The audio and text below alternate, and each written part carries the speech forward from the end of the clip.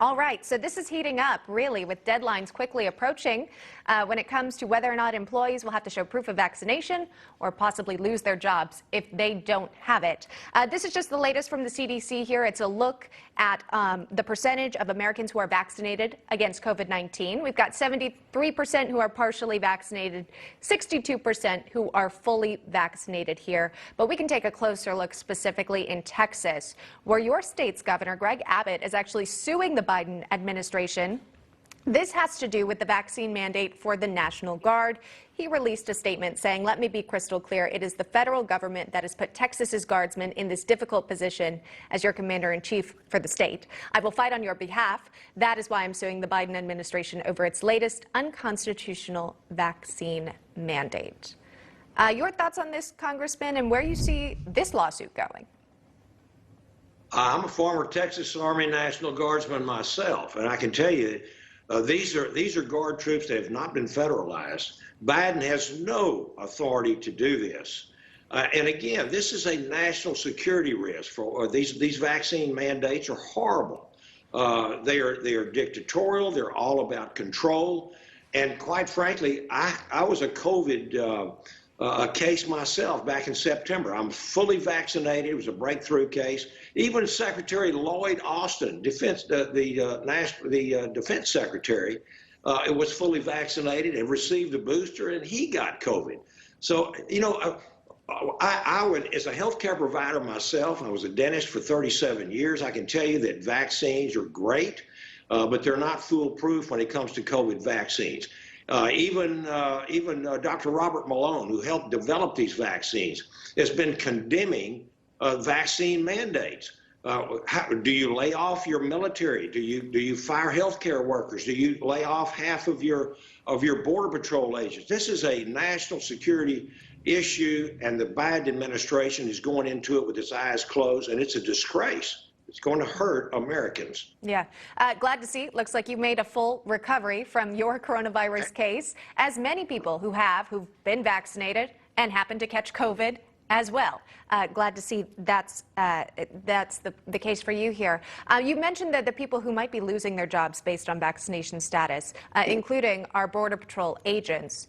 And this comes at a very crucial time where we're seeing a record-setting number of crossings. Preliminary data for the month of December shows nearly 175,000 border apprehensions, more than 48,000 gotaways.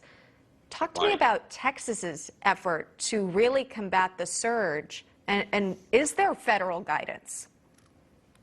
Well, there's no federal guidance that I can see that has any common sense whatsoever. This is thanks to Joe Biden's lack of leadership, his incompetency, and quite frankly, the Democrat radical policies. We have had a tremendous bad year that is crisis after crisis, including the Biden border crisis. Up to 175,000. We don't have the final tally yet for last month, but we have had over 2 million people come across the border in the last year. Hundreds of thousands have been undetected, gotaways. And here we're talking about vaccine mandates for American citizens and lockdowns and layoffs. And we've got up to a 25% COVID rate coming in across the border of illegal aliens. I mean, you just can't make up this kind of stuff. It's so outrageous, and it's kind of out of the twilight zone, if you will. But I want to say how much I appreciate our state government, our governor, our strong Governor Abbott, who is now rebuilding the wall on the state level because of Article 4, Section 4 in the U.S. Constitution gives us the right. The federal government is not protecting us against an invasion. Let's build the wall, and that's exactly what he's doing, and we have every right to do so. People down there on the border are being subjected to criminal activity.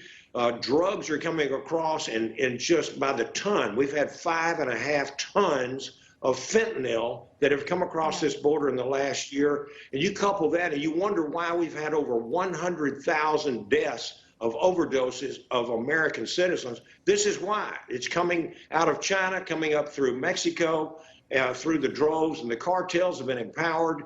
They're making billions of dollars, and it's a disgrace. And I don't see it improving. I think you're going to see a red election this coming November, because people are tired of these crises from the Biden administration and the Democrats. Drug trafficking and human trafficking, both elements and part of this border crossing situation we're seeing. Congressman Brian Babin, thanks so much for joining us today, sir. We appreciate it. Thank you very much.